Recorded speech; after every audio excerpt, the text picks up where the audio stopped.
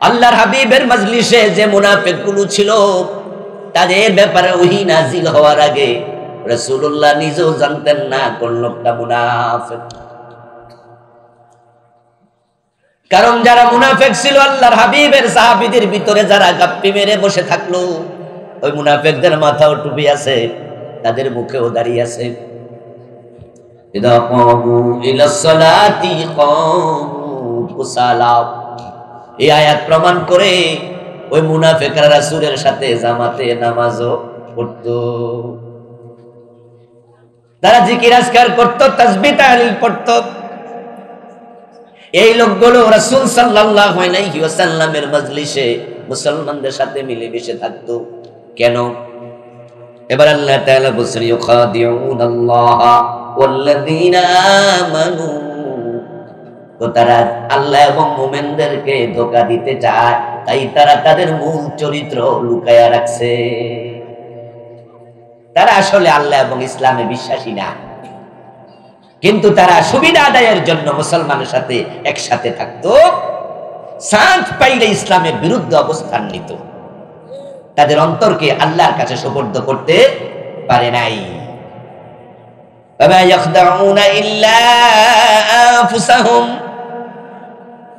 তবে যারা তাদের কলবকে আল্লাহর জন্য সুপর্দ করতে পারেনি, মুসলমানের সাথে তাল মিলায়া চলে অথচ অন্তরে ঈমানটা নাই, এই লোকগুলো মুসলমানদেরকে আল্লাহকে ধোঁকা দিতে চায়, অথচ তারা আল্লাহকে মুসলমানকে ধোঁকা দিতে পারে না, নিজেরাই ধোঁকা খায়। কারণ যার যার আমল তার তার কবর। আপনার কবরে আমি যাব না, আমার কবরে আপনি যাবেন না, তাই যার আমল হবে যেমন তার কবর হবে তেমন।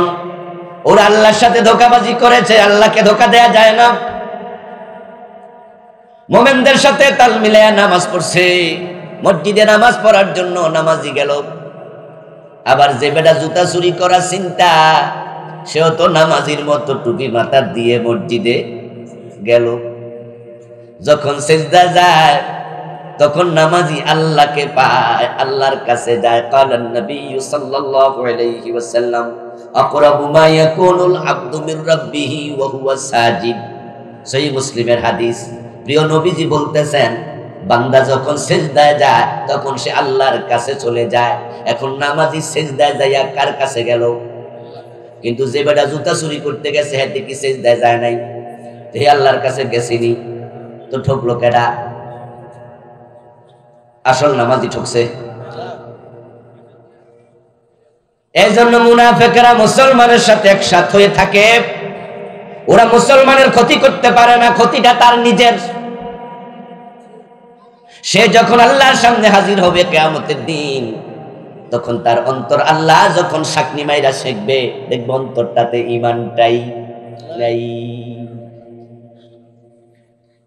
আমার প্রিয় ভাইয়েরা, আজকের পৃথিবীতে মানুষের সংখ্যা প্রায় 800 কোটি। এই 800 কোটি মানুষ 4 দলে বিভক্ত। 3 দল জাহান্নামী, 1 দল জান্নাতি। যারা জান্নাতি তারা সফল, যারা জাহান্নামী তারা ব্যর্থ। যারা ব্যর্থ হবে ওই 3 দলের মাঝে মুনাফিক নামে একটা দলও আছে, এবং তারা জাহান্নামে থাকবে সব মানুষের নিচে। তারা হবে সবচেয়ে বেশি ব্যর্থ, সবচেয়ে বেশি লুজার, সবচেয়ে বেশি ক্ষতিগ্রস্ত। তবে একটি ইন্টারেস্টিং বিষয় হলো, মুনাফিক যদিও কাফের এবং মুশরিকেরও নিচে থাকবে, কিন্তু হিন্দু, বৌদ্ধ, ইহুদি, খ্রিস্টানের মাঝে কোনো মুনাফিক নাই। এই নিকৃষ্ট মানুষগুলো তারা মুসলিম সমাজের মাঝে বসবাস করে। যেমন এই আজকের মাহফিল, এখানে হিন্দু, বৌদ্ধ, খ্রিস্টান কয়জন আছে? থাকার সম্ভাবনা খুবই কম, কিন্তু মুনাফিক থাকার সম্ভাবনা আছে না নাই? রাসূলুল্লাহর মসজিদে নববীতে রাসূল যখন নামাজ পড়তেন, ওই নামাজের জমাতে হিন্দু কয়জন ছিল? বৌদ্ধ, ইহুদি, খ্রিস্টান, কিন্তু মুনাফিক ছিল কিনা? কি আশ্চর্য একটি ব্যাপার যে রাসূলুল্লাহর নামাজের জামাত, যেটার ইমাম রাসূল সাল্লাল্লাহু আলাইহি ওয়াসাল্লাম নিজে, উনার পিছে দাঁড়ায় আছে আবু বকর, ওমর, ওসমান, আলী, তালহা, জুবায়ের। রাসূলের জান্নাতি সাহাবারা লাইনে দাঁড়াইছে নামাজে, এর মাঝখানে আবার আব্দুল্লাহ ইবনে উবাইও খাড়াই রয়েছে। লক্ষ্য করে দেখুন, রাসূলুল্লাহর মসজিদের ভিতরে হিন্দু নাই, ওই নামাজের জামাতে বৌদ্ধ নাই, ইহুদি নাই, খ্রিস্টান নাই, কিন্তু কিছু মুনাফিক ঢুকে গেছে। যদিও তারা মসজিদে আছে, জাহান্নামে তারা থাকবে হিন্দু, বৌদ্ধ, খ্রিস্টান, ইহুদিরও। ইন্নাল মুনাফিকিনা ফিদ দারকিল আসফালি মিনান নার। আল্লাহ কোরআন মাজিদে বলেন, মুনাফিকেরা থাকবে জাহান্নামে সর্বনিম্ন স্তরে। ফিরআউন কাফের, নমরুদ কাফের, হামান কাফের, সাদ্দাত কাফের, তারা জাহান্নামে থাকবে মুনাফিকের উপরে। যারা জানেন তারা একটু জবাব দিয়েন। ফিরআউন নামাজ পড়ছে কয় ওয়াক্ত? নমরুদ, হামান, সাদ্দাত রোজা রাখছে, হজ করছে, নবীর উপর ঈমান আনছে। কিন্তু আব্দুল্লাহ ইবনে উবাই নামাজও পড়ছে, রোজাও রাখছে, রাসূলের সাথে যুদ্ধের মাঠেও গেছে, রাসূলের পিছনে দাঁড়ায়া দাঁড়ায়া কত ওয়াক্ত নামাজে শামিল হয়েছে, অথচ অবস্থানগতভাবে সে ফেরাউন নমরুদেরও নিচে থাকবে।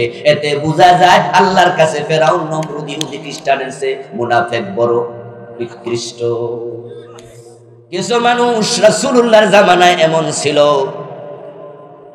যে মানুষগুলোকে বলা হতো মুনাফিক, যারা মুখে ঈমানের কালেমা উচ্চারণ করত অথচ অন্তরে ঈমান ছিল না। ফি কুলুবিহিম মারাদ, আল্লাহ তাআলা বলেন তাদের অন্তরের মাঝে রোগ হয়েছে। এই অন্তরটা তারা আল্লাহর কাছে সুপর্দ করতে পারে নাই। আর যারা অন্তর আল্লাহর জন্য সুপর্দ করতে পারেনি, তাদের দুনিয়ার সব কৃতকর্ম ব্যর্থ। এজন্য যেই মানুষগুলো হাসরের ময়দানে সফল হবে, তারা সবাই হবে বিশুদ্ধ অন্তরের মালিক।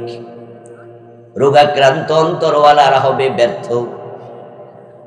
তাই আমলের আগে অন্তর ঠিক করো, কারণ আল্লাহ ব্যক্তির আমলের দিকে তাকায় পরে, অন্তরের দিকে তাকায় আগে। ইয়াউমা লা ইয়ানফাউ মালু ওয়ালা বানুন ইল্লা মান আতাল্লাহা বিকলবিন সালিম। আল্লাহ তাআলা বলেন, আল্লাহর সামনে মানুষ যখন হাজির হবে, দুনিয়ায় তার সন্তান কতজন ছিল, কত সম্পদের মালিক ছিল, এমপি না মন্ত্রী ছিল, এগুলো সেদিন কোনো কাজে আসবে না। ইল্লা মান আতাল্লাহা বিকলবিন সালিম, তবে যে পরিচ্ছন্ন একটি কলব লইয়া, অন্তর লইয়া আল্লাহর সামনে গেছে, সেদিন সে মুক্তি পাবে। ইন্নাল্লাহা লা ইয়ানজুরু ইলা সুওয়ারিকুম ওয়া আমওয়ালিকুম ওয়ালাকিন ইয়ানজুরু ইলা কুলুবিকুম ওয়া আ'মালিকুম। রাসূলুল্লাহ সাল্লাল্লাহু আলাইহি ওয়াসাল্লাম বলেন, তোমার দাড়ি কত লম্বা, টুপিটা কত সুন্দর, পাগড়িটা কয় হাত, তুমি কয় টাকা খরচ করে মসজিদ বানাইছো, মাদ্রাসায় কত দান করছো। ইন্নাল্লাহা লা ইয়ানজুরু ইলা সুওয়ারিকুম ওয়া আমওয়ালিকুম, আল্লাহ তোমার সূরতের দিকে তাকাবে না, তোমার সম্পদের দিকে তাকাবে না। ওয়ালাকিন ইয়ানজুরু ইলা কুলুবিকুম, বরং আল্লাহ তাকাবে তোমার কলবের দিকে। ওয়া আমালিকুম, কলবের দিকে তাকানোর পরে এবার দেখবে আমলের খবর কি। এইজন্য আগে কলব ঠিক করা লাগবে। কলবের মাঝে রোগ থাকলে এই কলব নিয়ে আল্লাহর সামনে হাজির হলে উপায় নেই। হাসরের ময়দানে আল্লাহ তাআলা যখন মানুষকে তার মুখোমুখি দাঁড় করাবেন, মানুষ তার জীবনের হিসাব দেওয়ার জন্য আল্লাহর সামনে যাবে, তখনও প্রথমে তিনি কলবের দিকে তাকাবে। সুবহানাল্লাহ পড়েন। আল্লাহ তাআলা বলেন, ফালা ইয়ালামু ইযা বুসিরা মা ফিল কুবুর ওয়া হুসিলা মা ফিস সুদুর। যখন কবর খুলে দেয়া হবে, মানুষ কবর থেকে আল্লাহর সামনে দাঁড়াবে। ওয়া হুসিলা মা ফিস সুদুর, এই কলবের মাঝে, বুকের মাঝে, কলবের মাঝে কি আছে, আল্লাহ এক নম্বরে সেটাই শেকনি দিয়া সাইকা নিবে। যখন আমাদের দেশে দোকানদাররা ডাইল ফুরি বানায়, পেঁয়াজু বানায়, গরম চুলার মাঝে তেলের মাঝে দেয়, যখন এগুলো হয়ে যায় তখন একটা ছাঁকনি দিয়া সাইকেল, তেলগুলো নিচে পড়ে থাকে, ওনার পেঁয়াজ ডাল পুরি ছাকনির মাঝে উঠে যায়। আল্লাহ বলেন কোরআনের মাঝে, আমার সামনে আসার পরে আমি তোমার কলবটার মাঝে কি আছে সেটাকে আগে হাসিল করব, ওইটা সাকনি দিয়া সেকে দেখব। যার কলবের অবস্থা ভালো না, ওই লোকের সাথে সেদিন আমার কোনো বুঝাফারা নাই, তার সাথে আমার কোনো লেনদেন নাই, কথাই নাই।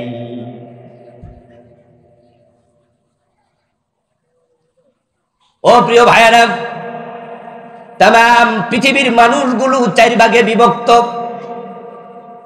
আজকে আমরা 4 ভাগ মানুষের মাঝে 1 ভাগ নিয়ে একটু লম্বা কথা বলবো। যাদের অন্তরে প্রবলেম আছে তাদেরকে মুনাফিক বলা হয়। রাসূল সাল্লাল্লাহু আলাইহি ওয়াসাল্লামের সামনে ওনার সাহাবাদের জামাতের ভিতরে 2-4টা মুনাফিক লোক ছিল।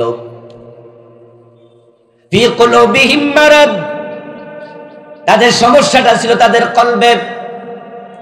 ফাযাদাহুমুল্লাহু মারাদা, আল্লাহ তাদের রোগ আরো বাড়াইয়া দিয়েছে, কলবের সমস্যা আরো বাড়ছে। যেই লোকের ডায়াবেটিক হয়, ক্যান্সার হয়, মরণ ব্যাধি হয়, যদি চিকিৎসা না করে ডায়াবেটিকটা কমে না বাড়ে? কথা বলুন। চিকিৎসা না করলে ক্যান্সারটা কমে না বাড়ে? এখন যাদের কলবের মাঝে সমস্যা আছে, চিকিৎসা না করলে এটা আরো বেড়ে যাবে। যদি কেউ কয় আল্লাহ বাড়াইয়া দিছে, এর দোষ কি? তখন আমরা বলবো আল্লাহ বাড়াইছে, এর মানে হলো সে আল্লাহর কাছে চিকিৎসার জন্য কোনো তাওবা করে নাই, তাই আল্লাহ বাড়াইয়া দিছে, এতে আল্লাহর কোনো দোষ নাই। ফাযাদাহুমুল্লাহু মারাদা, তাদের কলবের মাঝে দোষ, আল্লাহ আরো দোষ বাড়াইছে, রোগ আরো বাড়াইয়া দিছে, এর মানে তারা তাওবা করে নাই। এবার বলুন তো, রাসূল সাল্লাল্লাহু আলাইহি ওয়াসাল্লামের হাতে কালেমা পড়ার পরে, তার সাথে একসাথে নামাজ পড়ার পরে, উনার মজলিসে দার্স গ্রহণ করার পরে, এর মাঝে যদি আব্দুল্লাহ ইবনে উবাইয়ের মতো মুনাফিক থাকে, আজকের এই জামানায় এ জাতীয় মুনাফিক কমেছে না বেড়েছে? এখন যদি আলোচনার পরে ধরা পড়ে ওই মামলার আসামি আপনি নিজে, তাহলে তাওবা করা দরকার আছে না নাই? এটা কলবের রোগ, উপর থেকে এটা দেখা যায় না, এবং এই নেফাকটা থাকে মানুষের কলবে। আর কলবের খবর শুধু কে জানে? ইন্নাল্লাহা আলিমুম বিযাতিস সুদূর। কলব এমন গোপন জায়গা যেটার খবর আপনার পাশের জন জানে না। রাসূলুল্লাহ সাহেবুল ওহী, ওনার কাছে ওহী নাজিল হতো। আব্দুল্লাহ ইবনে উবাইয়ের মতো বড় মুনাফিক ওনার সাথে জামাতে নামাজ পড়তো। উহুদের যুদ্ধের দিন প্রিয় নবীজি তাকে 300 মুজাহিদের নেতাও বানাই দিছিল। আপনারা জানার কথা, ইসলামের ইতিহাস সম্পর্কে সামান্য যারা স্টাডি করছেন তারাও জানেন, উহুদের যুদ্ধে মুসলমান ছিল 1000, কাফের ছিল 3000। বদরের যুদ্ধে মুসলমান ছিল 313, কাফের ছিল 1000। এখন পরবর্তী যুদ্ধ উহুদ, তারা বদরের পরাজয়ের গ্লানি মুছতে চায়, প্রতিশোধ নিতে চায়, তাই 3000 কাফের এসেছে। আমার নবী 1000 মুসলমান নিয়ে রওনা দিছে, তিনি উহুদের মাঠে যাবেন যুদ্ধ করতে।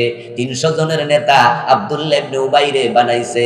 সাউথ নামক জায়গায় যাইয়া ওই মাকামে সাউথ থেকে 300 জন লইয়া সে পলায়া চলে গেছে, যুদ্ধের মাঠে যায় নাই। তখন আমার আল্লাহ ওহী নাজিল করে রাসূলকে কয়, ইদা রাআইতাহুম তুজিবুকা জাসামুহুম, ও নবী চেহারা দেখা খুশি হইয়া গেছেন, মনে করছেন কত বড় আল্লাহর ওলি, 300 মুজাহিদের নেতা বানাইয়া দিবেন, অথচ লোকটার কলবের মাঝে ঈমানটাই নাই। আল্লাহর হাবিব তখন বুঝতে পারছে আব্দুল্লাহ ইবনে উবাই যে মুনাফিক। এর আগে তার অন্তরে যে সমস্যা রাসূল নিজেও জানতেন না। এই জন্য অন্তরের রোগের ব্যাপারে সাবধান হবেন। হিন্দু বৌদ্ধ খ্রিস্টান এখানে নাই, কিন্তু মুনাফিক আছে 2-4 জন, আরো বেশি। এখন কে মুনাফিক এটা আমরা জানি না। আল্লাহর নবী যেহেতু নাই, ওহী নাজিল আর হবে না। রাসূলের সাহাবারা সবাই নিজের নেফাকের ব্যাপারে ভয় পেতেন, টেনশন করতেন, মনে করতেন হায়রে রোগ আছে অন্তরে, এখন আমার অন্তরে রোগ ঢুকলো কিনা, টেনশন করতেন। আল্লাহর হাবিবের সাহাবী হানজালা ইবনে রাবিআ, আবু বকর সিদ্দিক রাদিয়াল্লাহু তাআলা আনহু বসে আছেন, তার পাশ দিয়ে কাঁদতে কাঁদতে যাচ্ছে। আবু বকর রাদিয়াল্লাহু তাআলা আনহু হানজালাকে বলেন, ও হানজালা কাঁদো কেন, যাচ্ছ কোথায়? হানজালা বলে, ভাই রাসূলের দরবারে যাচ্ছি। তো কাঁদতেছ, কান্নার কারণ কি? হানজালা জবাব দেয়, আমি মুনাফিক হয়ে গেছি, আর মুনাফিক অবস্থায় মারা গেল তো উপায় নাই, জাহান্নামে সবার নিচে, তো কানবো না হাসবো নাকি? আবু বকর সিদ্দিক বলে, তুমি মুনাফিক হইছো কবে, কেমনে কি, আমি তো বুঝলাম না। তো ভাই মুনাফিক হওয়ার কারণ কিন্তু আছে। রাসূলের দরবারে যখন যাই তখন আল্লাহ ছাড়া কিছু বুঝি না, পুরাটা দিল আল্লাহর দিকে চলে যায়। রাসূল যা বলে খুবই মজা লাগে, সারাক্ষণ জান্নাত জাহান্নাম নিয়ে ভাবি, দুনিয়াদারি মাথায় থাকে না, আল্লাহর মহব্বতে পাগল থাকি। কিন্তু যখন বাড়ি আসি তখন বউয়ের মহাব্বত ঢোকে, ছেলে মাইয়ার মহাব্বত ঢোকে, ব্যবসা বাণিজ্যের চিন্তা ঢোকে, তখন দেখি অন্তরের মাঝে দুনিয়ার আকর্ষণ তৈরি হয়েছে। তো যে অন্তরে আল্লাহ থাকে ওই অন্তরে দুনিয়া ঢোকে কেমনে? এই জন্য আমি রাসূলের কাছে যাচ্ছি, আমার অন্তরের চিকিৎসা দরকার।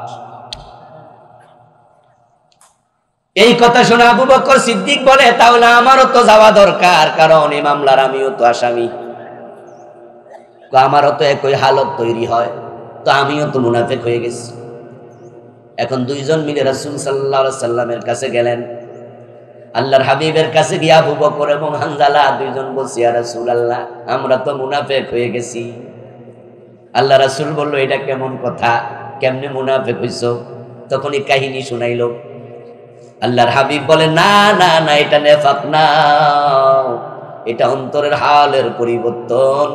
আমার কাছে যখন থাকো, যদি তোমরা বাড়ি যাওয়ার পরে তোমাদের অন্তরের হালত সমান থাকতো, পরিবর্তন একটু না হতো, তাহলে তোমাদের সাথে রাস্তাঘাটে বাড়িতে আল্লাহর ফেরেশতারা মুসাফা করত।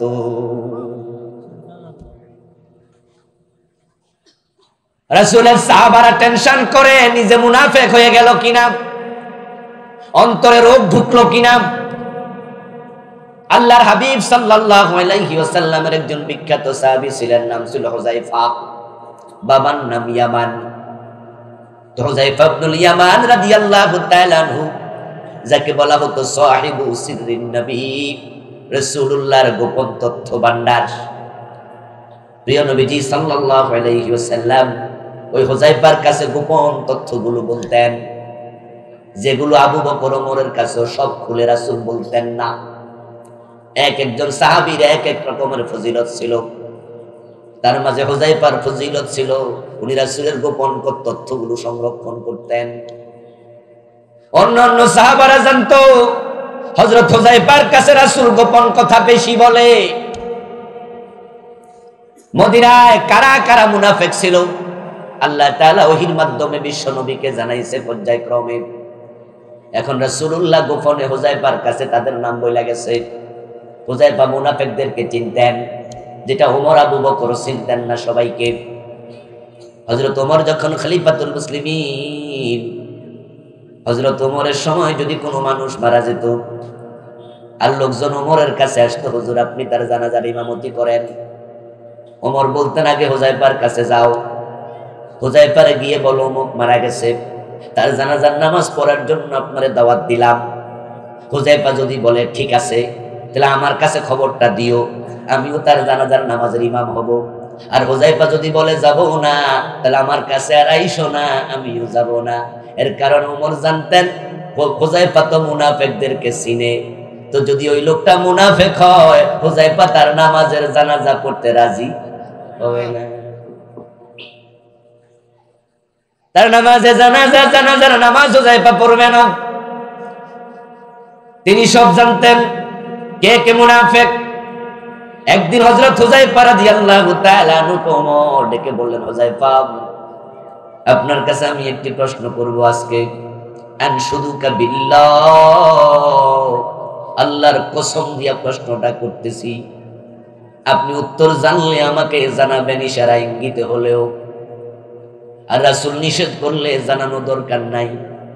তবে আমি খুব গুরুত্বের সাথে জানতে চাই, আনা মিনহুম, যারা মুনাফিক আছে তাদের মাঝে ওমরের নামটা আছে নাকি?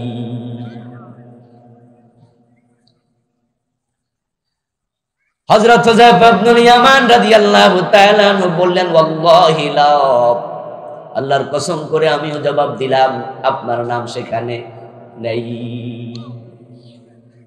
আমার প্রিয় বন্ধু, বলছিলাম তামাম দুনিয়ার মানুষগুলো 4 ভাগে বিভক্ত। জান্নাতি এক দল, জাহান্নামী 3 দল। জান্নাতীরা সফল, জাহান্নামীরা ব্যর্থ। আমরা ব্যর্থদের কাতারে যেতে চাই না। এই যে আমরা আজকের মাহফিলে যারা আছি সবাই কিন্তু জান্নাতি নাম, এবং সবাই আমরা জাহান্নামীও নাম। এখানে জান্নাতি মানুষও আছে, জাহান্নামী মানুষও আছে। আজকের ফজরের নামাজটাও পড়ে নাই এমন 2-4 জন এখানে আছে। সুদে টাকা লাগাইয়া রাখছে এমন সুদখোর। যে লোকগুলো বেনামাজি, যারা নামাজ পড়ে না, ওই লোকের নাম মুমিনের তালিকায় থাকে না। নামাজ হলো হাজিরা খাতায় সিগনেচার করার মতো। আমরা যারা চাকরি বাকরি করি, মাদ্রাসায় পড়াই, কলেজ স্কুলে, বিভিন্ন গার্মেন্টসে, ফ্যাক্টরিতে চাকরি করি, অফিসে গেলে প্রথম কাজ আপনার উপস্থিতি এনশিওর করেন। এই জন্য হাজিরা খাতার মাঝে সাইন করা লাগে। আর আধুনিক নিয়মে অনেক অফিস আছে যেখানে কম্পিউটারের মাঝে ফিঙ্গারিং করা লাগে। দরজার মাঝে সুন্দর মেশিন বসায় রাখছে, ওখানে আঙ্গুলের চাপ দিতে হয়।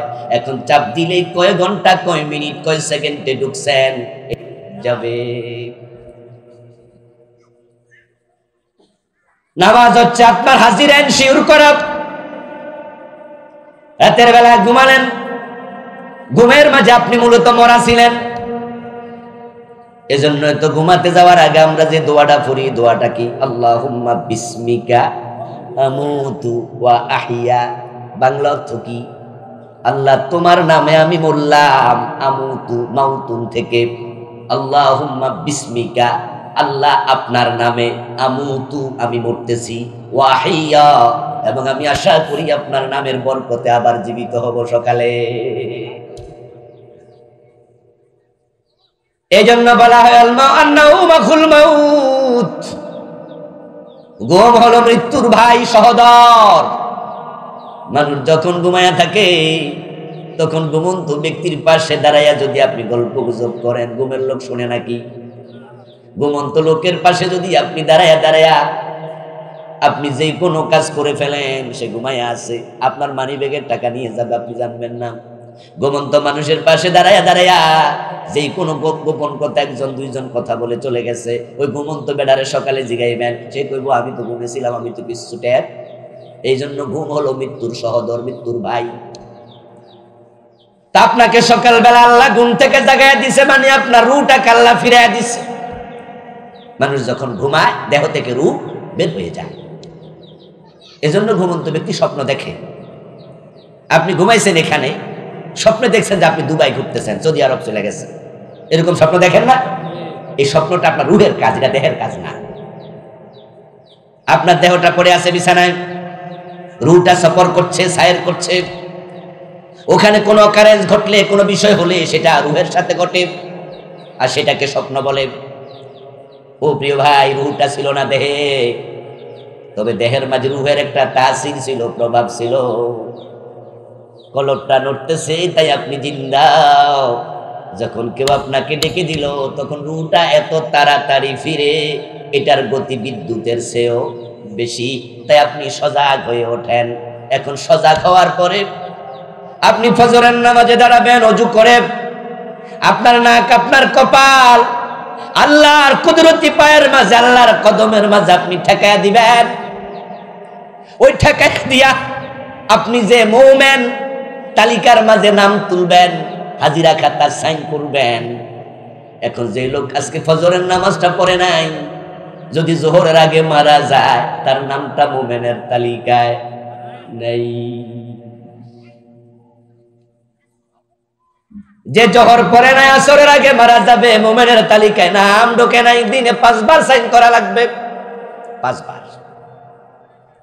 আধুনিক অফিসগুলোতে যতবার বের হওয়া লাগে ততবার কার্ড পাঞ্চ করা লাগে। আইডি কার্ড দেয়া থাকে ছোট ছোট, কার্ড পাঞ্চ না করলে দরজাই খুলবে না, এমন কিছু অফিস আছে। ঢাকায় আছে অ্যাভেলেবেল। এখানে যে কয়জন এমপ্লয়, ধরেন 50 জন অফিস করে, এখানে 50 জনকে 50টা কার্ড ইস্যু করা আছে। দরজার মাঝে মনিটরিং সেল লাগানো আছে, মেশিন লাগানো আছে। ওই 50 জন ছাড়া কেউ ঢুকতে পারবে না, এবং তারা যখনই ঢুকবে তখনই কার্ডটা সেখানে একটু ছোঁয়াবে, টাচ করবে, সাথে সাথে দরজা খুলে যাবে। যদি বিজ্ঞানীরা আপনার তথ্য সংগ্রহ করার জন্য এত চমৎকার মেশিন বানাতে পারে, আপনার কপাল, আপনার নাক আল্লাহর কদমে ঠেকাবেন। আপনি মুমিন কিনা আল্লাহ তথ্য সংগ্রহ করার জন্য নামাজ সিস্টেম চালু করে দিছে। এখন যখন পড়েন নাই, আসরের আগে মরে গেছেন, মুমিনের তালিকায় নাম ঢোকে নাই। এই জন্য তো প্রিয় নবীজি বলেছেন, মান তারাকা সালাতান মুতাআম্মিদান ফাকাদ কাফার, যে ইচ্ছা করে নামাজ ছেড়ে দেয় সে কুফরি করে। বাইনাল মারই ওয়া বাইনাশ শিরকি ওয়াল কুফরি তারকুস সালাত। একজন ব্যক্তি মুমিন না কাফের তা পার্থক্য করার জন্য একটাই যন্ত্র, সেটার নাম হলো নামাজ, সালাত। যার সালাত নাই, নামাজ নাই, আসলে সে ইসলামের কেউ না। আমি বলছিলাম আজকের এই মাহফিলে সবাই জান্নাতি নই, কারণ এখানে সুদখোর আছে। যে ব্যক্তি সুদে টাকা লাগায় সে জান্নাতের স্বপ্ন দেখে, এটা হলো ভুল স্বপ্ন, দিবা স্বপ্ন, ফাও স্বপ্ন। পাগলও মাঝে মাঝে হাসে, দেখবেন গায়ে কাপড় চোপড় নাই, মাথার চুলগুলো এলোমেলো, 7 দিন গোসল করে না, লুঙ্গি যে একটা আছে এটা 40 জায়গায় ছিঁড়া, বসে আছে তাল গাছের নিচে, বট গাছের নিচে মাটিতে। ওই পাগলও দেখবেন একা একা হাসতেছে। আপনি পাগলের হাসি দেখে আপনি অনুমান করে নিয়েন নিশ্চয়ই সে মনে মনে এমন কিছু ভাবতেছে যে ভাবনার কারণে তার হাসি পাইছে। হাসি আসার মতো কিছু ভাবনা সে ভাবছে। ছোট বাচ্চা মায়ের কোলে আছে, বয়স তার 3 মাস 2 মাস, ঘুমাইতেছে, ঘুমের মাঝেও হাসে, দেখেন নাই? অর্থাৎ তার সাথে হাসির মতো কিছু ঘটছে। আবার পাগলও মাঝে মাঝে কাঁদে। 3 মাস, বছরের পর 3 মাস বয়সী বাচ্চা মায়ের কোলে হঠাৎ করে কেঁদে ওঠে, কান্নার মতো কিছু ঘটেছে যেটা আপনি দেখেন না, আমি বুঝি নাই। ওই পাগলা যখন হাসে, ওই পাগলও মনে মনে খুশি হয়। ও বন্ধু, পাগলও নিজের রাজা বাদশা ভাবতেই পারে, আসলে সে রাজাও না, বাদশাও না। পাবলিক এই জন্য কয় পাগলের সুখ মনে মনে। যারা সুদে টাকা লাগাইয়া বসে আছেন টুপি মাথার দিয়া, ভাবতেছেন জান্নাতে যাবেন, আপনার সুখ মনে মনে।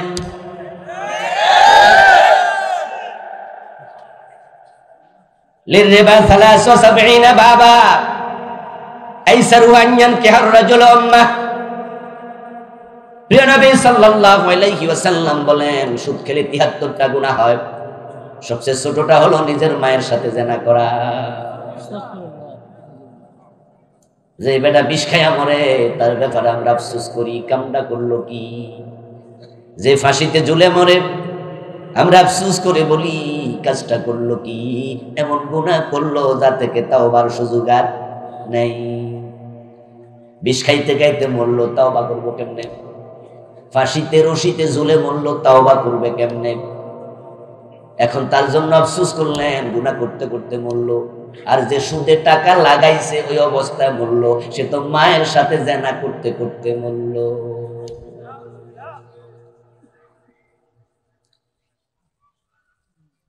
লাআনা রাসূলুল্লাহ সাল্লাল্লাহু আলাইহি ওয়াসাল্লাম আকিলার রিবা ওয়া মুকিলাহু ওয়া শাহিদাইহি ওয়া কাতিবাহু ওয়া ক্বালাহুম সাওয়াউন। প্রিয় নবী বলছেন, লানত তোর উপরে যে সুদ খায়, লানত তোর উপরে যে সুদ দেয়, লানত তোর উপরে যে সুদের হিসাব করে, লানত তার উপরে যে সুদের সাক্ষী থাকে। রাসূল বলে, অপরাধী 4 জন বরাবর সমান।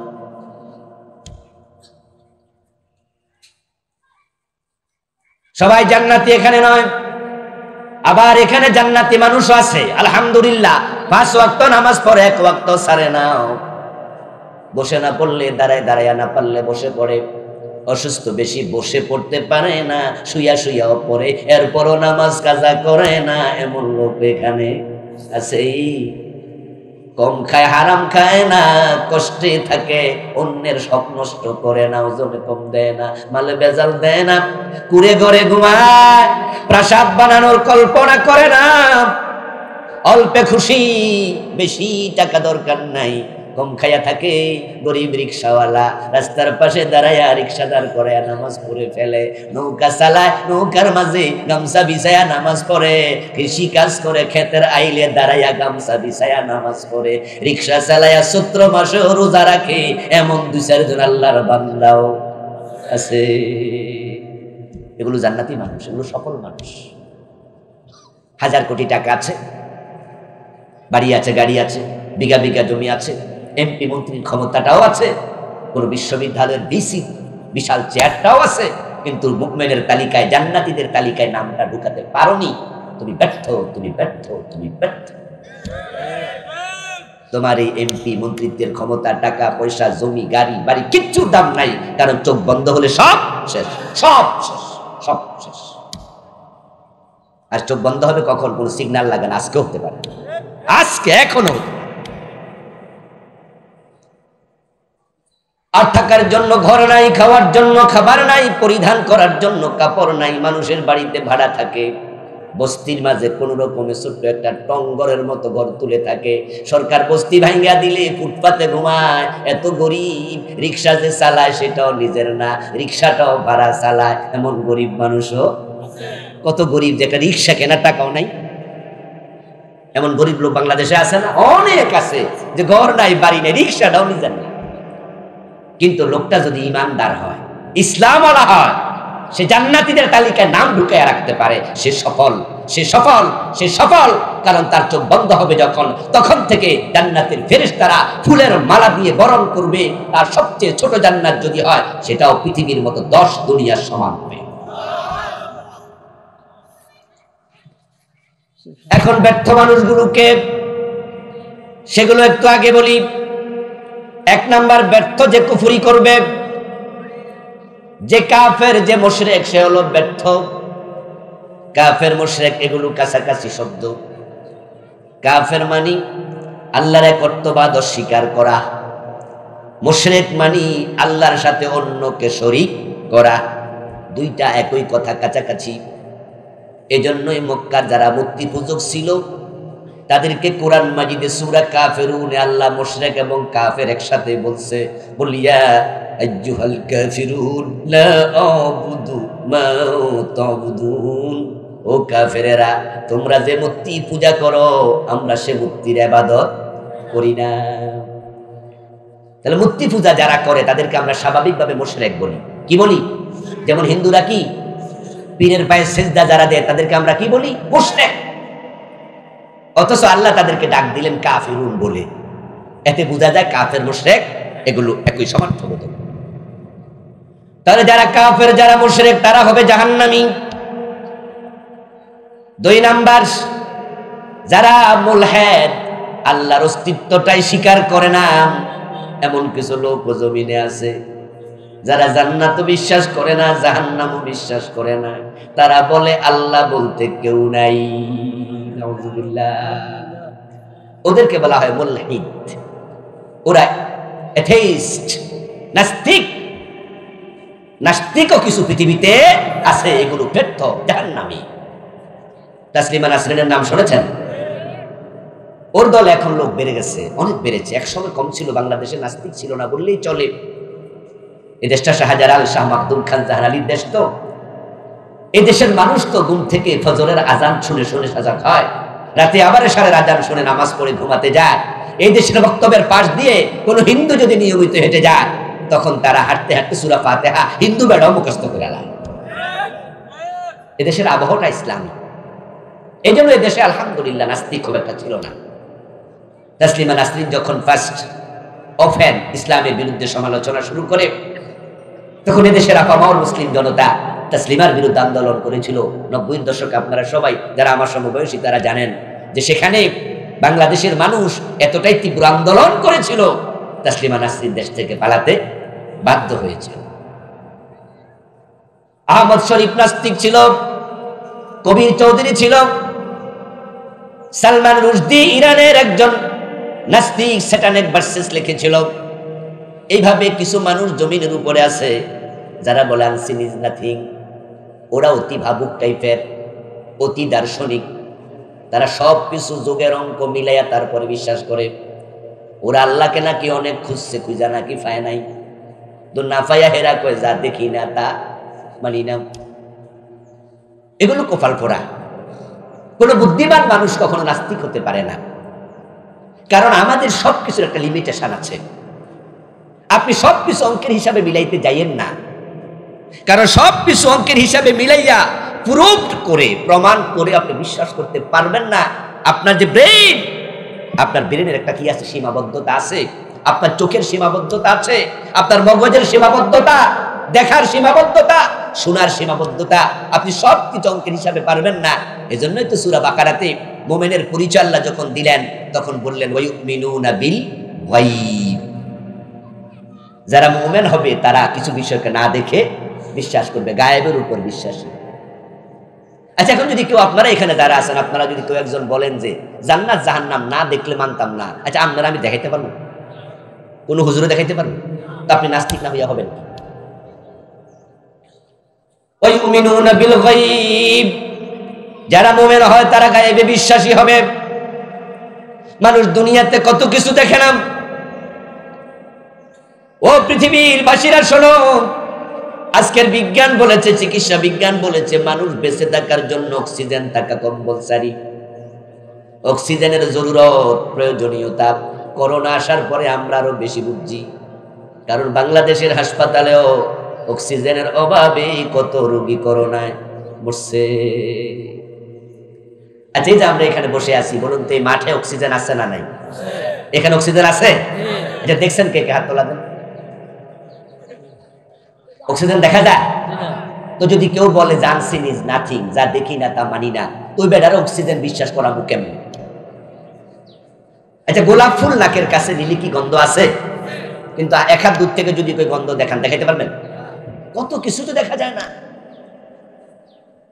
আপনার মা বিছনায় শুয়ে শুয়ে কাতরাচ্ছে, আপনি বলেন মা কি হয়েছে? মা কয় মাথা ব্যথা। আপনি তাকায় দেখেন, কই কোন জায়গা দিয়ে ব্যথা? মা দেখাইতে পারবো? তো মারে কইবেন আপনি মিশে মৃত্যু নাকি? আমাদের চোখ সবকিছু দেখবে না, কান সবকিছু শুনবে না, যা দেখবে তার মাঝে গোলযোগ। এই জন্য ইসলাম মানে আত্মসমর্পণ করা। ইসলাম মানে হচ্ছে নিজেকে সঁপে দেয়া। আল্লাহ এবং রাসূল যা বলে চোখ বন্ধ করে মানতে হবে, ঠিক না? কোনো কথা নাই, মানতে হবে। দেখলেও মানো, না দেখলেও মানো, বুঝলেও মানো, না বুঝলেও মানো। কত কিছু বুঝে আসবে না, কত কিছু বুঝে আসবে না। আমার প্রিয় ভাইরা, ওযু করে মসজিদে ঢুকলেন, পেটটা ভালো না, গ্যাস্ট্রিকের প্রবলেম। মসজিদের বারান্দায় পা দেওয়ার সাথে সাথে গ্যাস বাহির হয়েছে, ওযু ভেঙে গেছে। এখন কি নামাজ এভাবে পড়বেন না ওযু আবার করবেন? ওযু করতে গেলে এখন কি ধুবেন? মুখ ধুবেন, হাত ধুবেন, পা ধুবেন, মাথা মাসে করবেন। এগুলো না 2 মিনিট আগে ধুইছেন। মুখে কি অপরাধ করছে? গ্যাস কি মুখ দিয়ে বাইরে ছিল? তো গ্যাস বাইরে হয়েছে যে জায়গায়, হেডাও কি ধুবেন? এই শীতের মাঝে ইসলাম আপনাকে বলে মুখ ধো, পা ধো, হাত ধো। এখন কেউ যদি প্রশ্ন করে অন্যায় করলো কেডা, শাস্তি পায় কেন? এই ঠান্ডার মাঝে আবার মুখ ধুমু কেন? মুখ কি অন্যায় করে? আমরা তখন বলবো এখানে প্রশ্ন চলবে না। আমার রাসূল বলেছে গ্যাস বের হলে ওযু ভেঙে যায়, আবার ওযু করো। প্রশ্ন করা ছাড়া ওযু করতেই প্রশ্ন চলবে না। ইন্নামাল মুমিন কাল জামালিল আনিফ হাইসুমা কিদান কাদ। আল্লাহর হাবিব সাল্লাল্লাহু আলাইহি ওয়াসাল্লাম বলেন, তুমি তখনই মুমিন হতে পারবে যখন তুমি হবে সে ওটের মতো, যে ওটের নাকের ভিতরে মালিক রশি ঢুকাইয়া দিছে। ওটের নাকে যদি মালিক রশি ঢুকাইয়া টান মারে, ওই ওট চিন্তা ভাবনা করে পা দিলে নাক ছিঁড়ে যায়। মালিক টান দিতে দেরি, কদম দিতে দেরি করতে পারবা না। ঈমান আসার সাথে সাথে আল্লাহ রাসূল যা বলে বিনা চিন্তায় বিনা প্রশ্নে মানতে হবে। যদি তুমিও চিন্তা ভাবনা কইরা অঙ্কের হিসাব মিললে মানবো, না হয় মানবো না, তোমার ঈমানটাও টিকবে না। মেরাজ থেকে ফিরে আসার পরে মক্কার কাফেররা রাসূলকে বলল, মসজিদে আকসায় গত রাতে গেছো, আবার চলে আসছো, হাউ ক্যান ইট পসিবল? যাইতে লাগে 40 দিন, আসতে লাগে 40 দিন। প্রায় 1200 কিলোমিটার দূরে মসজিদ আকসা, ওখানে রাতে যাই, রাতে আসছো কেমনে? 80 দিনের রাস্তা একদিনে কেমনে সম্ভব? তৎকালীন যুগে কি হেলিকপ্টার, বিমান এগুলো ছিল?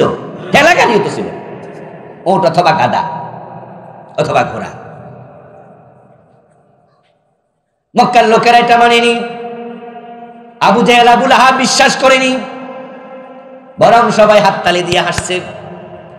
মুহাম্মদ এমন কথা কয়, এতদিন আমরা পাগল বলছি, যারা তারে পাগল বিশ্বাস করে নাই, তার মেরাজের কাহিনী শুনা তারাও আজকে পাগল বলবে। নাউযুবিল্লাহ।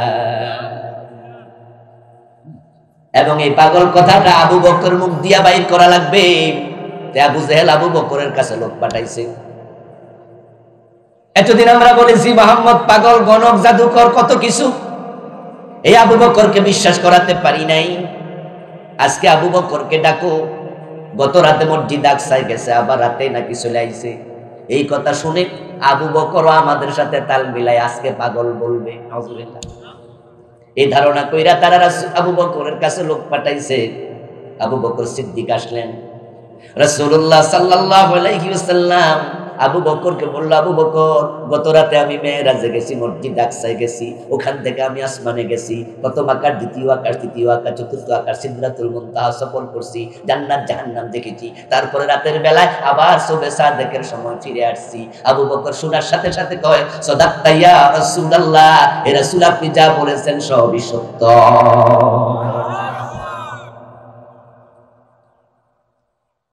মক্কার কাফেররা বলে, আবু বকর এরা কেমন কথা, এক রাতে কেমনে যা? আবু বকর বলে, তোমরা অঙ্কের হিসাব করো, আমি তো অঙ্কের হিসাব করি না। আমার নবী যা বলে আমি তাই মানি। উনি বলছে আল্লাহ আছে, আমি দেখি নাই, মেনেছি। জান্নাত জাহান্নাম আছে, দেখি নাই, মেনেছি। ফেরেশতা আছে, উনি বলেছে, ফেরেশতা কোনোদিন দেখি না, আমি বিশ্বাস করেছি। সেই উনি যদি বলে গত রাতে মেরাজে গেছে, এটা কেন বিশ্বাস করব না? বিনা প্রশ্নে, বিনা চিন্তায় আমি আবু বকর এটাও বিশ্বাস করি।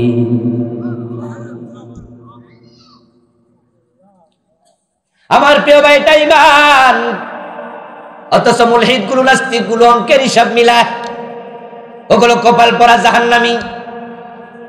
তাহলে দুটা দল গেল, একদল মুশরিক কাফের, আরেক দল হলো মুলহিদ নাস্তিক। এখন যারা কুফরি করে তারা কাফের হয়, যারা শিরিক করে তারা মুশরিক হয়। এই দুই গ্রুপের একটু আলোচনার মাঝে সামান্য একটু বলতে হবে, কারণ আজকের এই মাহফিলে আমি আশা করি কোনো নাস্তিক নাই, আল্লাহরে মানি না এমন কথা বলার মতো এখানে কেউ নাই। কিন্তু কুফরির সাথে জড়িত, শিরকের সাথে জড়িত এমন দুই চারজন থাকতে পারে। শিরিক না বুঝার কারণে অনেক কালে মাওয়ালাও শিরিক করে। এজন্য আল্লাহ কোরআনে বলছেন, ওয়ামা ইউমিনু আকসারুহুম বিল্লাহি ইল্লা ওয়া হুম মুশরিকুন। এই মানুষগুলো আল্লাহর উপরে ঈমান আনে, আবার শিরিক করে তারা ঈমান হারায়। যেমন নির্বাচন যখন আসে, আমাদের কিছু কিছু নেতা মাইক হাতে পাইলে হুঁশারায় না, তো ওরা পাবলিকের ভোট কেমনে পাইব এ ধান্দায় পাবলিকরে যেমনে পারে এমনে খুশি করে। খুশি করতে গিয়ে আবেগে ঠেলায় কয়েলায় জনগণ সকল ক্ষমতার উৎস, যে আপনারা আমারে বানাইবেন, আমি হইয়া যাবো, আপনারা না চাইলে আমি হবো না, আপনারাই তো আমার নেতা বানাবেন, কারণ জনগণ সব ক্ষমতার মালিক। অথচ এটা শিরিক। এই চিন্তা যে লালন করবে তার ঈমান শেষ। কারণ কোরআন মাজিদে ক্ষমতার উৎস বলা হয়েছে একমাত্র আল্লাহকে। আমরা তো হিন্দু, বৌদ্ধ, ইহুদি নই, আমরা মুমিন। এজন্য কোরআনের সব কথা আমাদের বিশ্বাস করতেই হবে, প্রশ্ন ছাড়া। তো আল্লাহ বলছেন, আন্নাল কুওয়াতা লিল্লাহি জামিআ, নিশ্চয় সব ক্ষমতার উৎস হলেন আল্লাহ। আরেকটি আয়াত দেখেন, আল্লাহ বলছেন, কুলিল্লাহুম্মা মালিকাল মুলকি তুতিল মুলকা মান তাশা ওয়া তানজিউল মুলকা মিম্মান তাশা ওয়া তুইজ্জু মান তাশা ওয়া তুযিল্লু মান তাশা বিয়াদিকাল খায়র। সুবহানাল্লাহ, সুবহানাল্লাহ। হে রাজা ধীরাজ আল্লাহ, মালিকাল মুলক, রাজত্বের মালিক তুমি। তুতিল মুলকা মান তাশা, তুমি যদি পছন্দ করো চাও তাহলে তুমি কাউকে একটু রাজত্বের সামান্য অংশ দেও, আবার যদি তুমি অপছন্দ করো তুমি রাজত্ব কেড়ে নিয়ে জেলখানার কয়েদিও বানায়া দিতে পারো। ইজ্জতের মালিকও তুমি, বেজ্জতির মালিকও তুমি। তা আপনি বললেন যে বলুন হে রাজাদিরাজ, আল্লাহ ক্ষমতার মালিক তুমি, আর মাই খাতে লই আপনি কি কইলেন জনগণ সকল ক্ষমতার। এটা আমাদের ইমানের সাথে সাংঘর্ষিক, জানি না বুঝা কয় না বুঝা কয়। এই দেশের অনেক রাজনীতিবিদে চিন্তা লালন করছে, অথচ আসলে জনগণ ক্ষমতার মালিক না। পৃথিবীতে মানুষের চেয়ে অসহায় আর কোনো মাখলুক নাই। ছোট্ট একটা বল্লা, বেমরুল নাকি বলতা, মৌমাছি, ছোট্ট একটা মশা, ওই মৌমাছি পর্যন্ত আপনার সামনে এসে যদি নাকের কাছে কিলবিল করে উড়া দেয়, আপনি দৌড় মারেন তো কামড়াইব। আর বল্লা পাইলে তো পাবলিক দৌড়া, কারণ এলাকায় রীতি আছে, কথা প্রচলিত আছে, বল্লা নাকি 7-8 পানির নিচেও। আপনি টয়লেটে বসে আছেন, টয়লেটের দরজার নিচ দিয়া এক বিগত লম্বা একটা আতাল কুচ্চা সাপ ঢুকছে। আতাল কুচ্চা বোঝেননি? আপনি যদি দেখতে পান টয়লেটের নিচ দিয়ে একটা সাপ মাথা দিছে, জিব্বা বাই করে এরকম করতেছে, আপনি তো সব ক্ষমতার মালিক, কোনো টেনশন নাই, ঠিক না? নাকি কাপড় চোপড় সব বড়াইয়া দৌড় মারবেন? এই যে হাজার হাজার মানুষ বসে আছেন, মাঝখানে একটা বাউয়া ব্যাং যদি লাফ মারে, পাবলিক আরো জোরে লাফ মারবো। আর যদি এই কোনায় কেউ কয় সাপ, ওই কোনাতে আগে দৌড় মারবো। একটা মুরগির বাচ্চা জন্মের 1 ঘন্টা পরে নিজে নিজে খাইতে পারে। একটা ছাগলের বাচ্চা মায়ের পেট থেকে বের হয়ে 1-2 ঘন্টা পরে দৌড়াতে পারে। একটা গরুর বাচ্চা 1-2 ঘন্টা পরে দৌড়ায়, নিজেরটা নিজে খায়। মুরগির বাচ্চা নিজে হাঁটে, নিজে খায়। বিড়ালের বাচ্চা দেখবেন মায়ের পেট থেকে জন্মের 1-2 ঘন্টা 3 ঘন্টা পরে হাঁটে, পায়খানার প্রয়োজন হলে এক কোনায় যায় ঘরে, তারপরে কোনায় পায়খানা করে সুন্দর করে চলে আসে। আর মানুষের বাচ্চার দিকে তাকান, জন্মের পরে 6 মাস পর্যন্ত কান্না ছাড়া কিচ্ছু বোঝে না। মা না খাওয়াইলে না খেয়ে বেড়ে যেত। মা পরিষ্কার না করলে পায়খানার মাঝে থাইকা শীতের মাঝে নিউমোনিয়া হইতো, ঠিক নেই? হাঁটতে সময় লাগে 8-9 মাস। যে মানুষ পরিষ্কার হতে লাগে 3 বছর, 2-3 বছর নিজের টয়লেট নিজে পরিষ্কার করতে পারে না, মা পরিষ্কার করে দেয়। তোমার হাঁটতে লাগে 8 মাস, কথা শিখতে লাগে 1 বছর, তোমার নিজে নিজে খাইতে লাগে 1.5 বছর, তুমি পরিষ্কার হইতে লাগে যা 3 বছর। আর তুমি নাকি দুনিয়ার সব ক্ষমতার মালিক হয়ে গেছো। ফাজলামির আর জায়গা নাই। ইমান হারাবে না তো কি হারাবে? এই জন্য মুসলমান যদি হন সতর্ক থাকবেন, সতর্কতার বিকল্প নাই। মুসলমানের সন্তান না বুঝে শিরিক করে, বিভিন্ন মেলা গেলে, উরুসে গেলে, আমাদের দেশে তো অনেক মেলা অনেক উরুস হয়, এখন কমছে মনে এগুলো কিছু, আলহামদুলিল্লাহ। এরপরও কিছু কিছু আছে আর কি। একসময় তো খুব ছিল, আমরা যখন ছোট ছিলাম আমাদের ফকিরহাট উরুস হইতো, শুভপুর উরুস হইতো, জুব্বা হইতো। আপনাদের এলাকাতে তা ছিল না? উরুস মুরুস বিভিন্ন দরবারে। আর আমরা গেলে দেখতাম যে সমস্ত মেলাগুলোতে, উরুসগুলোতে কিছু টিয়া ফাঁকি লইয়া লোকজন বসে আছে। আর পাবলিক টিয়া ফাঁকির কাছে যায় ভবিষ্যৎ জানার জন্য। ওই টিয়া ফাঁকি বেটা সাইরা দেয়, একটা ইমবেলা মুখে কইরা আইনা দেয়, তারপরে কইরা শোনায় আগামী বছর বিপদ আছে। আমার এই 2 সাক্ষী নিজে দেখেছি। আমাদের গাছবাড়ি একটা এলাকা আছে আমাদের বাড়ির পাশে, ওখানে কিছু হিন্দু লোক আছে। তো হিন্দু ঠাকুর ছিল, পৈতা গলায় ঝুলাইয়া, ধুতি কাপড় পরে, নাবির মোটামুটি 4 আঙ্গুল নিচে বড় ফ্যাট ধুতি কাপড় ঝুলতেছে। আমাদের বাড়িতে আসলে তখন আমাদের মা চাষিরা দেখতাম এর কাছে যাইয়া হাত দেখাই, আমরা রোকতই হাত দেখা দেখা দেখা। আর ওই হিন্দু ঠাকুর মিয়া আঙ্গুলের মাথায় ধরে বলতো যে আগামী মাসে ফারাস। দোস্ত ভালো করে শুনুন, আপনার অন্তরে যদি এই বিশ্বাস জন্ম নেয়, আগামী 1 মিনিট পরে কি হবে উনি জানে, আগামী দিন কি হবে উনি জানে, পরশু দিন কি হবে উনি জানে, 1 সেকেন্ড কি হবে অন্য কেউ জানে। আপনি মুশরিক, কারণ গায়েবের মালিক একমাত্র আল্লাহ।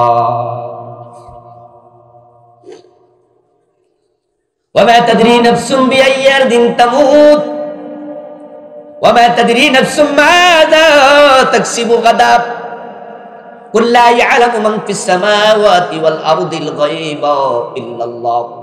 ও নবী, আপনি বলে দিন, আকাশ এবং জমিনে আল্লাহ ছাড়া কেউ গায়েব জানে না।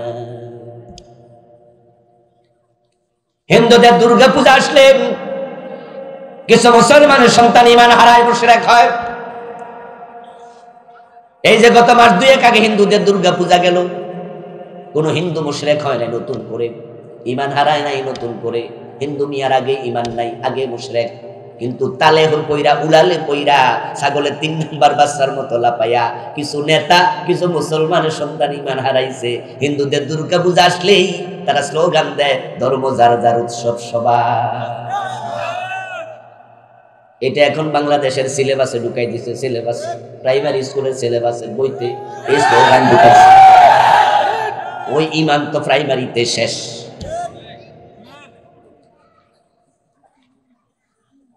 ও প্রিয় ভাই, আল্লাহর কোরআনের উল্টা কোনো চিন্তা মাথায় ঢুকবে না।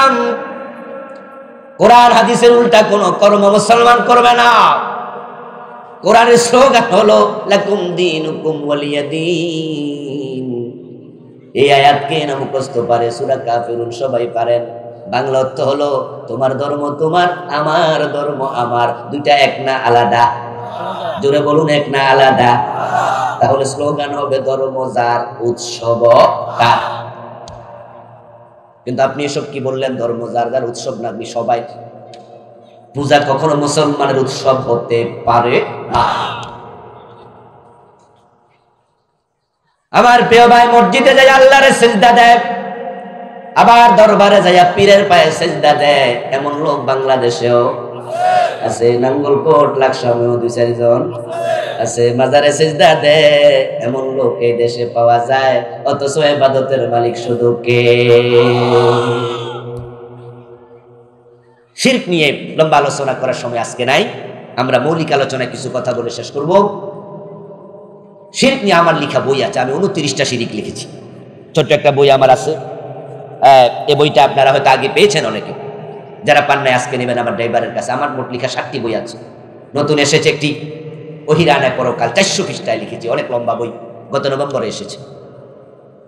আমার প্রিয় ভাইয়েরা, শিরক 29টা লিখেছি, আরো কত শিরক। কুফর নিয়ে লিখেছি আলাদা একটি বই, ঈমান কুফর ও নিফাক। এটাতে 56টা কুফর লিখছি, যেগুলো বাংলাদেশে চলমান। এগুলো নিয়ে মরবেন, ব্যর্থদের অন্তর্ভুক্ত হয়ে যাবেন। 3 নাম্বার ব্যর্থ যারা, তারা হলো মুনাফিক। এখন মুনাফিক কারা কিভাবে বুঝবেন? বাংলাদেশের লোকেরা মুনাফিক চেনার জন্য 4টা বিষয় সবচেয়ে ভালো জানে। যেই হাদিসটা সমাজে বড় মাশহুর, যখন ওয়াদা করবে খেলাপ করবে, আমানত দিলে খেয়ানত করবে, যখন সে কথা বলবে মিথ্যা বলবে না। ইজা ওয়াদা আখলাফা, ইদা হাদ্দাসা কাযাবা, ইদা তুমিনা খানা। মিছা কথা কওয়া নেফাক, ওয়াদা খেলাপ করা নেফাক, আমানতের খেয়ানত করা নেফাক। ওয়া ইদা খাসামা ফাজারা, যখন ঝগড়া করবে তখন গালিগালাজ করবে। এই 4টা হলো মুনাফিকের আলামত। এই হাদিসটা আমার মাশহুর। অথচ আমি আমার কুফর বইতে মুনাফিকের আলামত লিখছি 28টা, বাকি 24টার খবর কি? রাসূলুল্লাহর মতো মহামানব আল্লাহর কাছে বলতেন, আল্লাহুম্মা তাহহির কলবি মিনান নিফাক। ও আল্লাহ, তুমি নেফাক থেকে আমার কলবরে বাঁচাও। নেফাককে কেমনে ঢুকবে বোঝা যায় না। যদি নেফাক আপনার কলবে ঢুকে যায়, যে 4টা কইয়া ফেলছি, এই 4টা কিন্তু ঢুকলে ঈমান যায় না। এই 4টা নেফাকে আমলি, এগুলো ঈমানে খতরা তৈরি করে, ত্রুটি তৈরি করে। মিছা কথা কইলে আমরা কাফের বলি না, মিথ্যা বললে ঈমান চলে যায় না, ওয়াদা লঙ্ঘন করা কবিরা গুনাহ, কিন্তু আমরা এটাকে ঈমান বিধ্বংসী বলি না। কেউ গালি দেয়া কবিরা গুনাহ, কেউ কাউকে গালি দিলে আমরা তাকে ঈমান বিধ্বংসী কাজ করেছে বলি না। কিন্তু এমন কিছু নেফাক আছে যেগুলো কলবে ঢুকলে ঈমানটাই থাকে না। ওগুলোর আলোচনা সমাজে সবচেয়ে কম। আমি 2-3টা বলবো। 1 নাম্বার, আপনি নিজের খবর নেন, নিজের কলবের খবর আপনি জানবেন, আপনার রব জানবে। ইদা উনজিলাত সূরাতুম মুহকামাতুন ওয়া যুকিরা ফীহাল কিতাল রাআইতাল লাযীনা ফী কুলূবিহিম মারাদুন ইয়ানজুরুনা ইলাইকা নাযারাল মাগশিয়্যি আলাইহি মিনাল মাউত। যার অন্তরের মাঝে এই মুনাফিকিটা আছে, আজকে তাওবা করে বাড়ি যাবেন। সেটা হলো আল্লাহ বলে, ও নবী, যখন জিহাদের আয়াত নাজিল হয়, আপনার সামনে যারা আছে মুসল্লি নামাজি, তাদের মাঝে এক দলের চেহারার দিকে তাকাইলে দেখবেন জিহাদের কথা শুনলে চেহারা কালো হয়ে যায়। যারা জিহাদ পছন্দ করে না, তাদের অন্তরে নেফাক ঢুকে গেছে।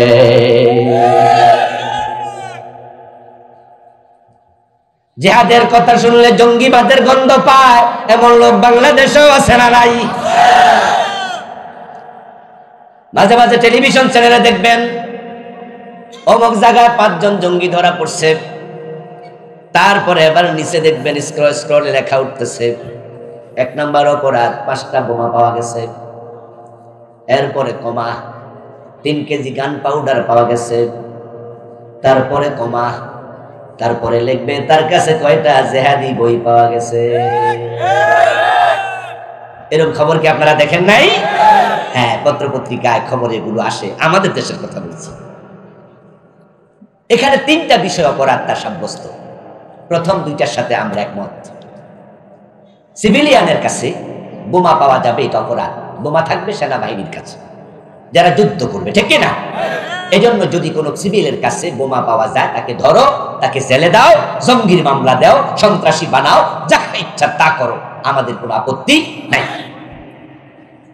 বোমা বানানোর জন্য গান পাউডার, এটাও সেনাবাহিনীর অফিসারদের কাছে থাকবে, যারা এই কাজে দক্ষ।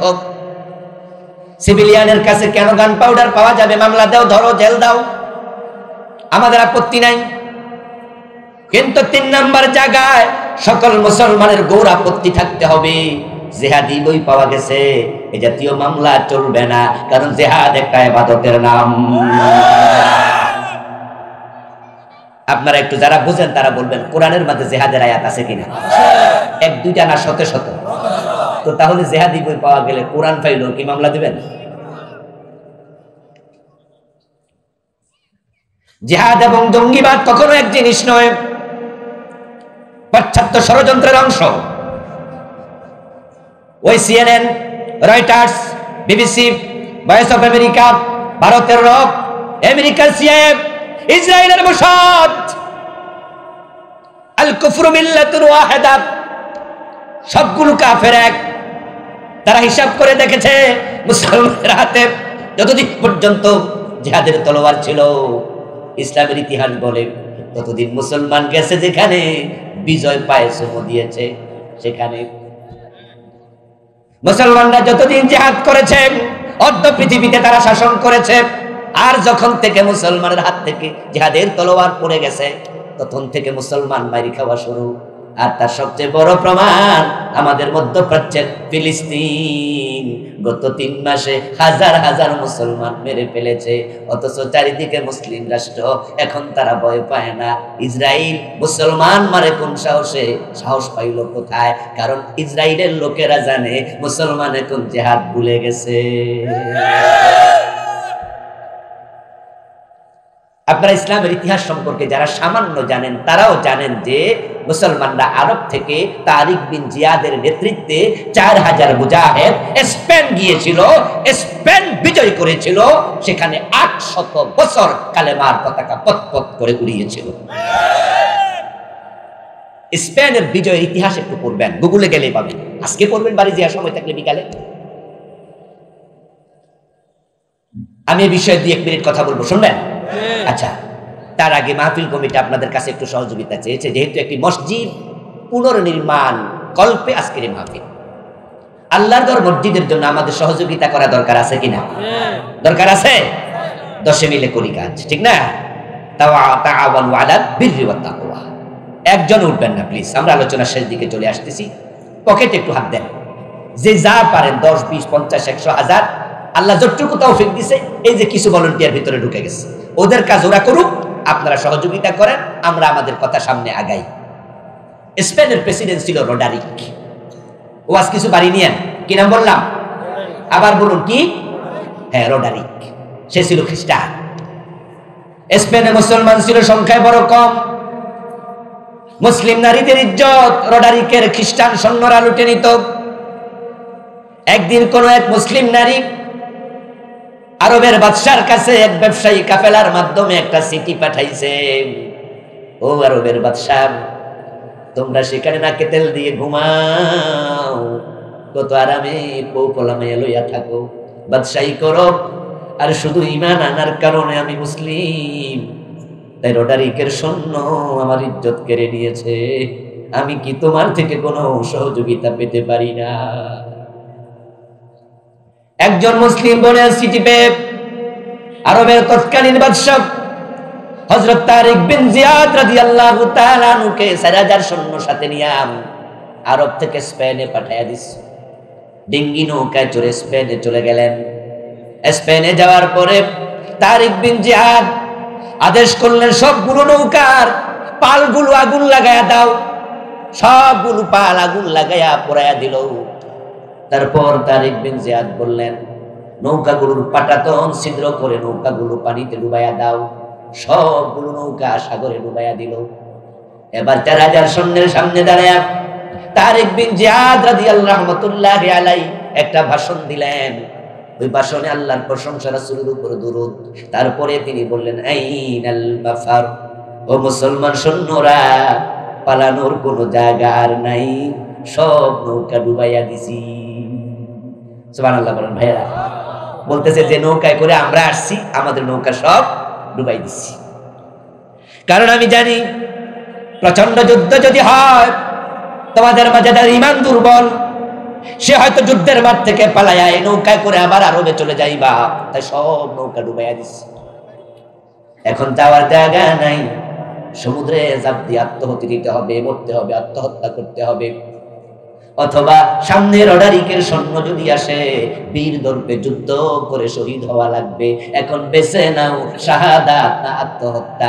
4000 সৈন্য একসাথে বলল, মুসলিম তখন আত্মহত্যা করতে পারে না, আমরা মুমিনদের পক্ষ হয়ে জিহাদ করতে এসেছি, প্রয়োজনে 4000 সৈন্য আমরা শহীদ হয়ে যাব, তারপরও সাগরে ঝাঁপ দেব না। বলো তাহলে মার্চ, গো অ্যাহেড, সামনে মার্চ করো। নারে তাকবীর, আল্লাহু আকবার ধ্বনি দিয়া 4000 তলোয়ার একসাথে চিকচিক করছে। বাতাসের মাঝে আওয়াজ ভেসে বেড়াচ্ছে, সূর্যের তাপের মাঝে তলোয়ারের চিকচিক আলো দূর থেকে দেখা যাচ্ছে। গোয়েন্দারা রোডারিককে গিয়ে বলল, হাজার হাজার মানুষ আরব সাগর হইয়া ভারত মহাসাগর হইয়া এসেছে, এখন তুমি যদি না পালা উপায় নাই। রোডারিক বউ মেয়ে ছেলে লইয়া রাজদরবার রাজপ্রাসাদের পিছনের দরজা দিয়া স্পেন থেকে পালাইয়া গেছে। বিনা যুদ্ধে আল্লাহ পুরা স্পেন মুসলমানের হাতে তুলে দিছে।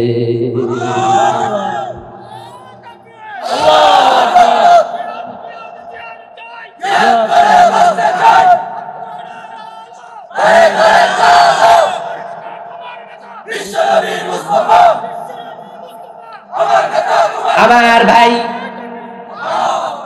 স্পেনে 800 বছরের মতো মুসলমান শাসন ছিল। এই ভারত উপমহাদেশ মুসলমানরা 1000 বছরের মতো শাসন করেছে। এই হলো মুসলমান, যারা অন্য মুসলমানের সাহায্যের জন্য আরব থেকে স্পেনে চলে গেছে। এবার বর্তমান হালত দেখেন। আজকে বাড়ি যাইয়া বিশ্ব মানচিত্র দেখবেন, বিশ্ব মানচিত্রের ইসরায়েলের অবস্থান, তার চারপাশে রাষ্ট্রগুলো মুসলিম রাষ্ট্র। এই মধ্যপ্রাচ্যে সৌদি আরব, মধ্যপ্রাচ্যে কাতার, সেখানে ইয়ামান, সেখানে মিশর, সেখানে আবুধাবি, সেখানে দুবাই, সেখানে বাহরাইন, সেখানে সিরিয়া, সবগুলো মুসলিম রাষ্ট্রের পাশে। ইসরায়েল কেমনে ফিলিস্তিনে মুসলমান মারে? অক্টোবরের 7 তারিখ থেকে আজকের দিন পর্যন্ত, গত 5 দিনের রিপোর্ট দেখলাম, 23,000 ফিলিস্তিনিকে মেরেছে। আমি বিশ্বাস করি না, এটা হয়তো লিখিত ডকুমেন্ট, লেখার বাহিরে হয়তো 10 গুণ বেশি মুসলমান মেরে ফেলেছে। 7 তারিখে যখন নতুন করে যুদ্ধ শুরু হলো, আমেরিকা 8 তারিখ বলে দিল, ইসরায়েল তোদের সাথে আমি আছি। রণতরী পাঠায়া দিল, মিসাইল পাঠায়া দিল, সৈন্য পাঠায়া দিল। জো বাইডেন নিজে চলে আসলো। ফ্রান্স বলল, জার্মানি বলল, তোদের সাথে আমরা আছি। ওরা এত দূর থেকে যদি ইসরায়েলের পক্ষে অবস্থান নিতে পারে, পাশে থাইকা আরব বিশ্ব ফিলিস্তিনের পক্ষে অবস্থান নেওয়ার প্রয়োজন ছিল কিনা? কিন্তু ওয়াইসি একটা সম্মেলন ডাইকা 57টা মুসলিম রাষ্ট্রের নেতা একটা হুমকি দেওয়ার সাহস করে নাই। বরং মুসলমানরা জিহাদের কথা শুনলে ভয় পায়। قال النبي صلى الله عليه وسلم من لم يغزو ولم يحدث به نفسه فمات على شعبة من النفاق। যে ব্যক্তি জিহাদ করে না, জিহাদের ব্যাপারে অন্তরে চিন্তা ও লালন করে না, সে মুনাফিকের উপরে মারা যাবে। তবে জিহাদ বলতে আমরা বাংলা ভাইয়ের মতো মানুষ মেরে কাছে ঝুলানোকে মনে করি না। শায়খ আব্দুর রহমানের মতো 500 জায়গায় একসাথে বম্বিং করা, বোমা ফুটানোর নাম জিহাদ নাও। সিনেমা হলে বোমা মেরে নিরীহ দর্শক মারা জিহাদ নাও। আদালতে বোমা মেরে বিচারক হত্যা করার নাম জিহাদ নাও। এগুলো সন্ত্রাসবাদ, এর সাথে ইসলামের সম্পর্ক নাই। জিহাদের ভুল ব্যাখ্যা করা যাবে না। আমরা জিহাদ বলতে যেটা বুঝি সেটা হলো অন্যায় করব না, অন্যায় সহ্য করা হবে না। অন্যায় যেখানে, প্রতিবাদ সেখানে। মুখ দিয়ে শুরু হবে, কলম দিয়ে লেখা হবে, প্রয়োজনে তলোয়ারটাও হাতে নিতে হবে।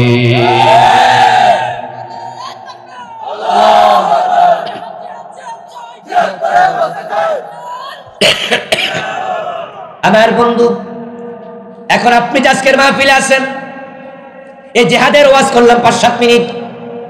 এবার নিজের অন্তরকে প্রশ্ন করুন তো, জিহাদের কথা শুনে আপনার কি ভালো লাগলো না মন্দ লাগলো, নাকি আপনিও জঙ্গির গন্ধ পাইছেন?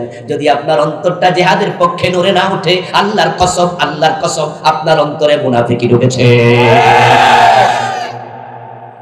রাসূলুল্লাহ 27টি যুদ্ধে নিজেই সেনাপতি ছিল।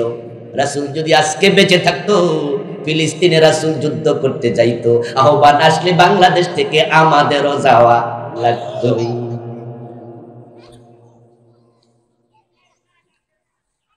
وَإِذَا قِيلَ لَهُمْ تَعَالَوْا إِلَى مَا أَنزَلَ اللَّهُ وَإِلَى الرَّسُولِ رَأَيْتَ الْمُنَافِقِينَ يَصُدُّونَ عَنكَ صُدُودًا। আল্লাহ যেগুলোকে ডাইরেক্ট ঈমান বিধ্বংসী বলেছেন, আপনার অন্তরের খবর নেন আয়াত আল্লাহ কি বলছেন। ও নবী, আপনি যখন তাদেরকে বলবেন আসো আল্লাহর কোরআনের দিকে, রাসূলের হাদিসের দিকে, কোরআন হাদিসের দিকে ডাকা হলো কেন? লিয়াহকুমা বাইনাহুম, ডাকার উদ্দেশ্য হলো কোরআন হাদিস দিয়ে আমরা বিচার করতে চাই, কোরআন দিয়ে সমাজ চালাতে চাই, কোরআন দিয়ে রাষ্ট্র চালাতে চাই, কোরআন দিয়ে আদালত চালাতে চাই, কোরআন হাদিস দিয়ে সংসদ ভবন, গণভবন চালাতে চাই। হযরত প্রিয় নবী মুহাম্মদ যখন 10 বছর মদিনার প্রেসিডেন্ট ছিলেন, আপনাদের কাছ থেকে জবাব চাই প্রিয় ভাইয়েরা, বলুন তো রাসূল মন মতো দেশ চালাইছে না আল্লাহর কোরআন মতো? হযরত ওমর যখন অর্ধ দুনিয়ার প্রেসিডেন্ট ছিলেন, উনি নিজের মন মতো চালাইছেন না আল্লাহর আইন মতো? আল্লাহর আইনের কিতাব বাংলাদেশে কোরআনটা আছে না নাই? কিন্তু 52 বছর এই প্রিয় বাংলাদেশ চলছে আল্লাহর আইনে না ব্রিটিশ আইনে? আল্লাহ বলছে চোর ধরে হাত কাটো। আমার রাসূল বলছে আমার মেয়ে ফাতেমা চুরি করলে আমি তার হাতটাও কাটবো। কিন্তু এই দেশে 52 বছরে কয়জন চোরের হাত কাটছেন? এই যে মানলেন না আল্লাহর আইন, আখেরাতে জবাব দিতে হবে না? নামাজ পড়ার জন্য বলছে কে? তো চোরের হাত কাটতে কইছে কে? আল্লাহর কথা একটা শুনলেন আর একটার খবর কি? আমার রাসূল বলেছে মদ পান করলে 80 বেত দিতে হবে। সবাই জানেন হযরত ওমর নিজের ছেলে আবু শামাকে সার দেয় নাই। এই তো ইসলাম, এই তো ইসলাম। ইসলাম সে তো পরশ মানিক, তারেকে পেয়েছে খুঁজি, পরশে তাহার সোনা হলো যারা, তাদেরই মোরা বুঝি। আবু শামা মদ পান করেছে, হযরত ওমর নিজের ছেলেকেও 80 বেত দিছে। মদ্যপানের অপরাধে প্রিয় পুত্রকে নিজ করে মেরেছ দোররা, মরেছে পুত্র তোমারই চোখের পরে। আপনাদের কাছ থেকে জবাব চাই, বাংলাদেশে মদ গাঁজা ইয়াবা আছে কিনা? 80 বেত আমরা কয়দিন লাগাইছি? কেন আমরা মুসলমান ব্রিটিশ আইন মানবো? কোন কারণে? কোন কারণে? আমাদের কাছে আল্লাহর আইন, রাসূলের আইনের কি কোনো দাম নাই? তো আমরা না 92% মুসলমান? ভারতের তারা মানবে না কোরআন, তারা হিন্দু। আমেরিকার তারা মানবে না, তারা সংখ্যাগরিষ্ঠ খ্রিস্টান, তারা মানবে না, তারা সংখ্যাগরিষ্ঠ বৌদ্ধ। তো আমরা কোরআন মানবো না, তো সংখ্যাগরিষ্ঠ 92% হইয়া লাভটা কি? কি লাভ হলো? জানি না কার কবে ডাক এসে যায়, কে কবে দুনিয়া থেকে চলে যান, কিন্তু আপনার আল্লাহ আপনার বিচারের আগে কলবটা শিক্ষা দেখবে, কলবের মাঝে আল্লাহর পুরা আইন মানার ব্যাপারে আত্মসমর্পণ ছিল কি? যার যার আমল তার তার কবর। আপনারা আমার প্রিয়জন, আমাদের আত্মীয় স্বজন, আপনাদের কাছে আমার স্পেশাল অনুরোধ থাকবে, এই কোরআনের বিসমিল্লাহর বা থেকে মিনাল জিন্নাতি ওয়ান নাসের সিন পর্যন্ত যা আছে সব মানতে হবে, সব মানার জন্য অন্তরকে প্রস্তুত করতে হবে, আর করলে সফল হবেন। প্রিয় ভাইয়েরা, আজান হচ্ছে, আমরা আজকের মতো আলোচনা শেষ করছি। স্টেজে আমাদের মহতারাম মেহমানরা আছেন, তাদেরকে নিয়ে আমরা দোয়া করে একসাথে বিদায় নেব।